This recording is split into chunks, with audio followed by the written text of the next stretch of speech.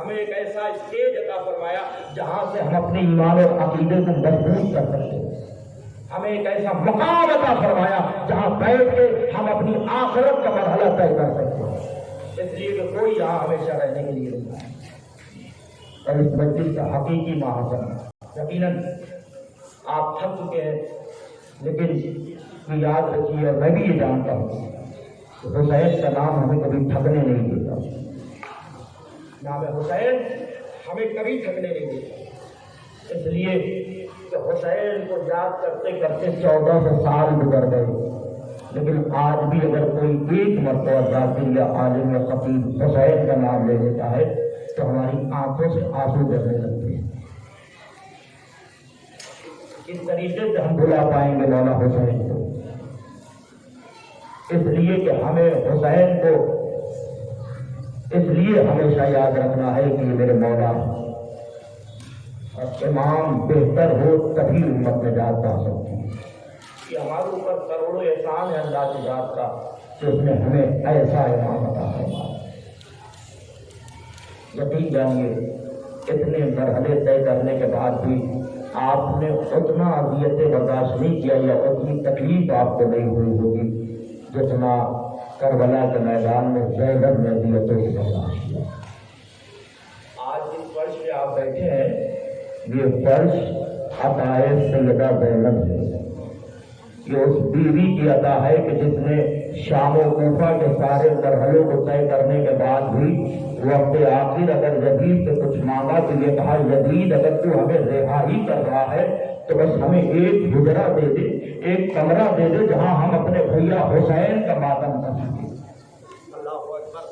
تاریخ کے جملے ہیں کہ جناب شہزادی زینب العلیٰ مقام نے وقت آخر تک اپنے بھیا کو یاد کیا ہے. حسین غریب تم پر ہمارا کروڑوں سلام. اے حسین آپ پر ہمارا کروڑوں سلام. جس حسین کو کربلا کی تپتی ہوئی ریتی پر رولا رولا کے ذکر کر دیا گیا اس حسین پر ہمارا کروڑوں سلام. آج یقیناً اس فرش ادا پہ عظیم عظیم ہستیاں موجود ہیں. کہیں شہزادی علیہ مقام ہے، کہیں شہزادی عالیہ مقام ہے، کہیں پہ شہزادی عالمیان ہے. اور سب اس لیے آئے ہیں، صرف اس لیے آئے ہیں کہ آج محمد مصطفیٰ کا برسہ ہے. آج اس نبی کی شب وفات ہے کہ جس نے دین کو ہم تک پہنچایا ہے. اے میرے حبیب نبی تم پر ہمارا کروڑوں سلام. آپ کے جاتے جاتے ہم اس بات کو ضرور کہیں گے محمد مصطفیٰ نے جو دین ہمیں عطا کیا وہ دین ہمارے لیے یہاں بھی کافی ہے وہاں بھی کافی ہے. آج اس محمد کو رونے کے لیے آئے ہیں اس لیے کہ آپ فرصہ دے نہ دے. آج ایک ایسی بیوی آئی ہوئی ہے جو اپنے ایک ہاتھ کو اپنی ٹوٹی ہوئی پسلیوں پہ رکھے ہوئے ہیں اور ایک ہاتھ کو بلند کر کے آپ رونے والوں کو دعا دے رہی ہوگی. اے میرے بابا کے رونے والے تم پر کروڑوں سلام. آج یہ زہرا تمہیں دعا دے رہی ہے اس لیے کہ جب میں اپنے بابا پہ رونا چاہتی تھی تو لوگ یہ کہتے تھے اے علی زہرا سے کہیے یا تو دن میں رو لیا کرے یا تو رات میں رو لیا کرے. یقیناً تابوت برآمد ہوگا، آپ زیارت کریں گے. اللہ آپ سب کو سلامت رکھے. اللہ آپ کو کوئی غم نہ دے سوائے غم مظلوم کربلا کے. رونے میں کوتاہی نہ کریے گا، فرصہ پیش کرنے میں کوتاہی نہ کریے گا. اس لیے کہ آج ہم خوش نصیب ہیں. جب ہم روتے ہیں تو کوئی ہمیں تماچے نہیں لگاتا. سکینہ اپنے بابا پہ رونا چاہتی تھی تو کبھی تماچے لگائے جاتے تھے، کبھی تازیانے مارے جاتے تھے. عالم یہ تھی کہ 5 برس کی بچی اپنے بابا پہ کھل کے رو بھی نہیں سکی تھی. اسی لیے تو سید سجاد نے وقت آخر جا کے کہا تھا سکینہ آج بابا کا سر آ گیا ہے، دل کھول کے گریا کر لے، کوئی تماچے نہیں مارے گا. اللہ خدا آپ کو کسی کا مدد ہو رہا ہے سوائے ہمیں مظلوم کربلا کے. ہاں دو آج شب رحلت رسالت معاف ہے، آج شب رحلت رسالت معاف ہے. اس نبی کے آنے پہ بھی 2 معصوم آئے، اس نبی کے جانے پہ بھی 2 معصوم آئے، 2 معصوم گئے. تاریخ نے لکھا نبی اکیلا نہیں گیا بلکہ اسی تاریخ میں صدیق اکبر بھی اس دنیا سے گیا. حسن امام میرے مولا کا پہلا بیٹا محمد کا بڑا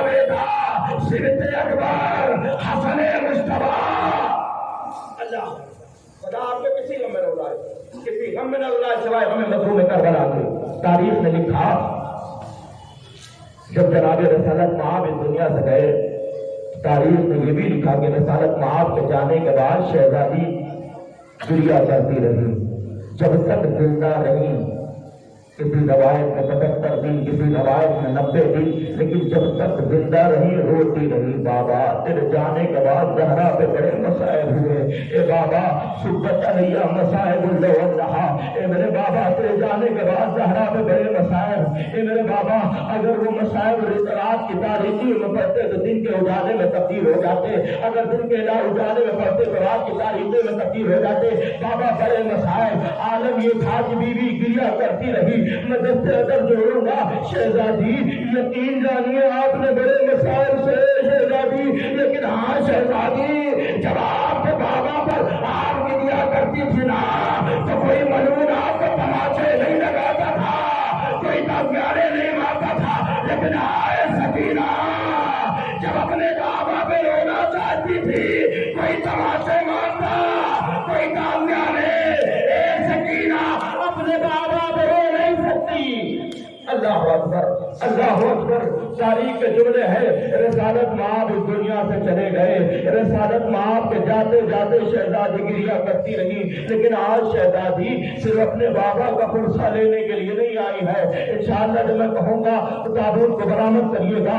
تاریخ سے لکھا آج شہزادی صرف اپنے بابا پہ گریہ کرنے نہیں آئی ہے بلکہ اس لال پہ رونے کے لیے آئی ہے جسے مدینے میں زہر دوا دیا گیا. ہائے حسن مصطفیٰ، ہائے غریب مدینہ، ہائے غریب مدینہ.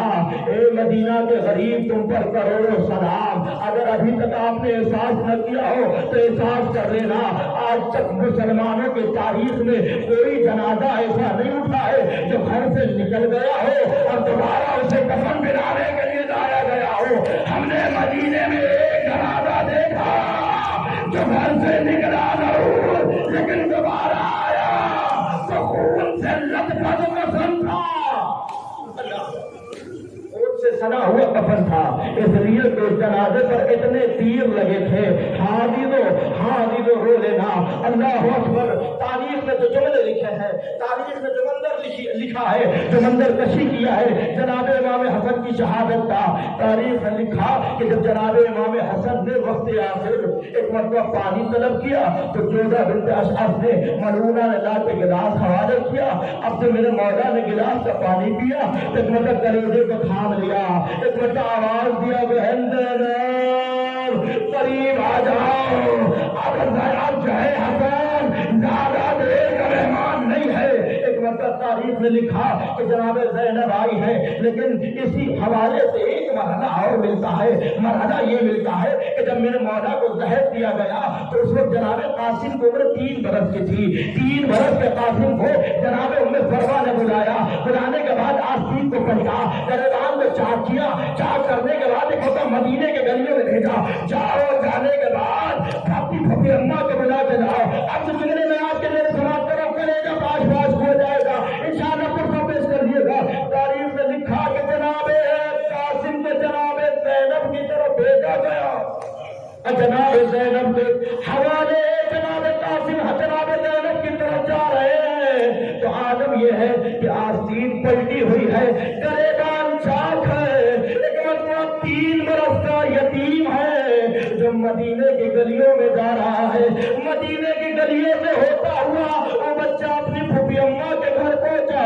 جب قربان کیا پھوپھی اماں، ارے میرے بابا کا عالم یہ ہے کہ کلیجے پہ ہاتھ ہے اور میرا بابا اس درد سے تڑپ رہا ہے. زینب نے اپنے لال قاسم کو دیکھا، سر پہ خاک ہے، آستین پلٹی ہوئی ہے، گریبان چاک ہے. ایک وقت زینب گھر سے نکلی، سر پہ آبا کا سایہ لیا، لیکن مدینے کی گلیوں کو عبور کرتی ہوئی اپنے گھر پہ آئی. کیا دیکھا زینب نے کہ بھائی نے کلیجے پہ ہاتھ رکھا ہوا ہے. آواز دیا میرے بھیا، میرے بھیا تو نے کلیجے پہ ہاتھ کیوں رکھا ہے؟ ایک وقت امام نے کہا زینب ارے تشت لا. اب سے زینب نے بھیا کے سامنے تشت رکھا، کلیجے کے ٹکڑے کٹ کٹ کے تشت میں گرنے لگے. خدا کو کسی کو نہ رونا ہے سوائے ہمیں مظلوم کے رو لینا، پرچہ پیش کر لینا، شہزادی زینب یہی کہیں ہوگی، جناب زہرا یہی کہیں ہوگی۔ جب آپ کی آواز گریا بلند ہوتی ہے، ایک 5 برس کی بچی اسی فرش سے بلند ہو کے کہتی ہے پھوپھی اماں یہ کون لوگ ہیں جو میرے بابا کے مسائل پہ گریا کر رہے ہیں؟ پھوپھی اماں یہ کون لوگ ہیں؟ اصل نہیں زینب کہتی ہے میری لاڈلی بچی یہ تیرے بابا کے چاہنے والے ہیں۔ سکینہ نے دست ادب جوڑا، پھوپھی اماں ارے کاش یہ کربلا میں ہوتے، میرا علی اکبر پیاسا میدان قتال میں ایریا میں بدل رہا ہوگا۔ اللہ اکبر، خدا کو کسی غم میں رضائے سوائے مظلوم میں کربلا کے۔ تاریخ نے لکھا کہ جب زینب مدینے کو اس گھر میں پہنچی جہاں اس کا بھیا الٹیاں کر رہا ہے، عالم یہ ہے کہ کلیجے کے ٹکڑے تشت میں گر رہے ہیں، زینب نے اس منظر کو دیکھا لیکن زینب نے اس منظر کو فراموش نہیں کیا۔ زینب مدینے میں پہلا منظر دیکھ رہی ہے کہ جب اس کی آنکھوں کے سامنے اس کے ماں جائے گا، تشت میں کلیجہ کٹ کٹ کے گر رہا ہے، لیکن میں کہوں گا شہزادی ایک مرحلہ اور آنے والا ہے، صبر کریے گا شہزادی، ارے کربلا کا میدان ہوگا، حسین غریب ہوگا، ارے جس کے جسم میں تیروں کی بارش ہوگی، جس کا جنازہ تیروں کے آسمان پہ معلق ہوگا، شہزادی اس کا عالم یہ ہوگا شمر ملعون کا خنجر چل رہا ہوگا۔ اے شہزادی آپ 72 قدم کے فاصلے سے اپنے ماں جائے گا کچا ہوا بنا۔ زینب کو سہارا، اللہ اکبر۔ شہزادی نے عجیب مرحلے میں اپنے بھائی کا اس عالم میں آخری دیدار کیا۔